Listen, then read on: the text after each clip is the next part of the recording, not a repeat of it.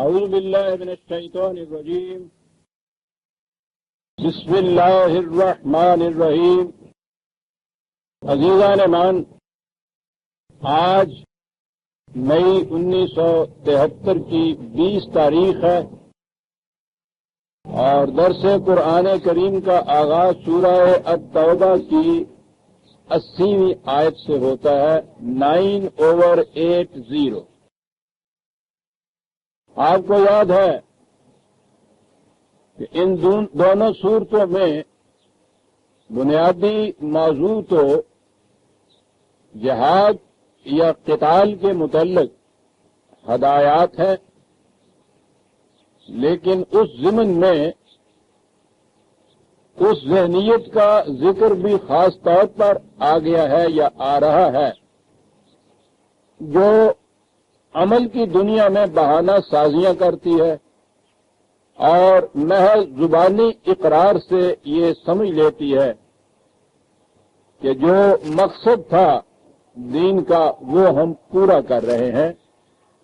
انہیں قرآن کی اصطلاح میں منافق کہا جا رہا۔ تو ذکر چلا آ رہا تھا منافقین کا، ان کی مختلف خصوصیات، ان کی ذہنیت، ان کی نفسیاتی کیفیات قرآن کریم ایک ایک کر کے بیان کرتا چلا آ رہا ہے، اس لیے کہ سب سے زیادہ نقصان پہنچانے والا گروہ قوموں امتوں کے اندر منافقین کا ہوتا ہے۔ کھلے ہوئے دشمن کا آپ کو پتہ ہے، اس سے آپ حفاظتی تدابیر بھی کر لیتے ہیں، اسے دور سے پہچان بھی لیتے ہیں، لیکن یہ جو مارے آستی ہوتے ہیں یہ سب سے زیادہ نقصان پہنچاتے ہیں، اور خود ان کی اپنی زندگی بھی تو ہر وقت ایک جہنم کی آگ میں رہتی ہے۔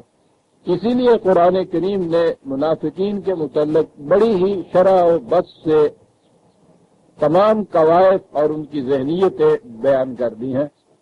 اسی ضمن میں پچھلی آیت سے مسلسل اگلی آیت آتی ہے جس سے آج درس کا آغاز ہوتا ہے۔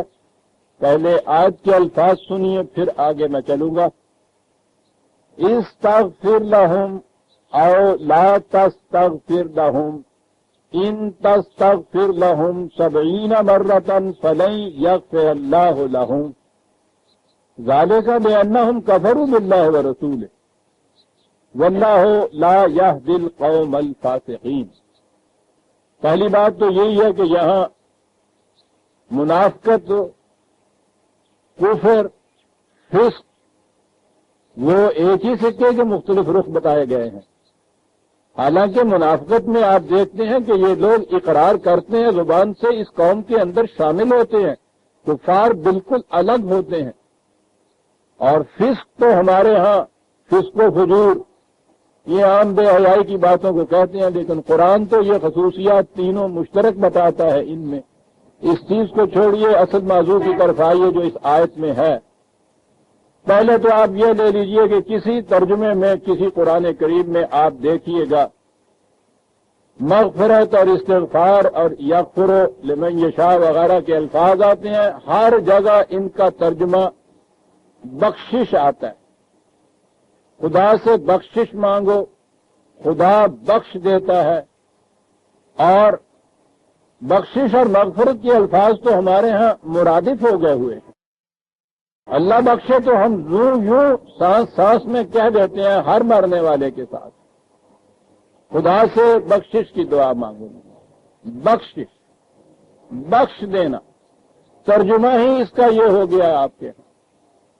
اور جیسا کہ میں نے عرض کیا ہے، بار بار یہ دہرائے چلا جا رہا ہوں کہ دین کے خلاف سب سے بڑی سازش یہ تھی کہ عربی زبان کے قرآن کریم کے ان الفاظ اور اصطلاحات کے جو ترجمے ہمارے ہاں ہوئے ہیں، ان تراجم سے یہ گاڑی کسی اور ہی پٹری کے اوپر جا پڑتی۔ مغفرت کا ترجمہ آج بخشش کیجئے آپ، دین اپنی اصل و بنیاد سے ہل جاتا۔ ترجمے یہ جو ہوتے ہیں، پھر دوہرا دوں ذہنوں میں یہ بات آتی ہے کہ بہرحال یہ لوگ عربی جاننے والے تھے،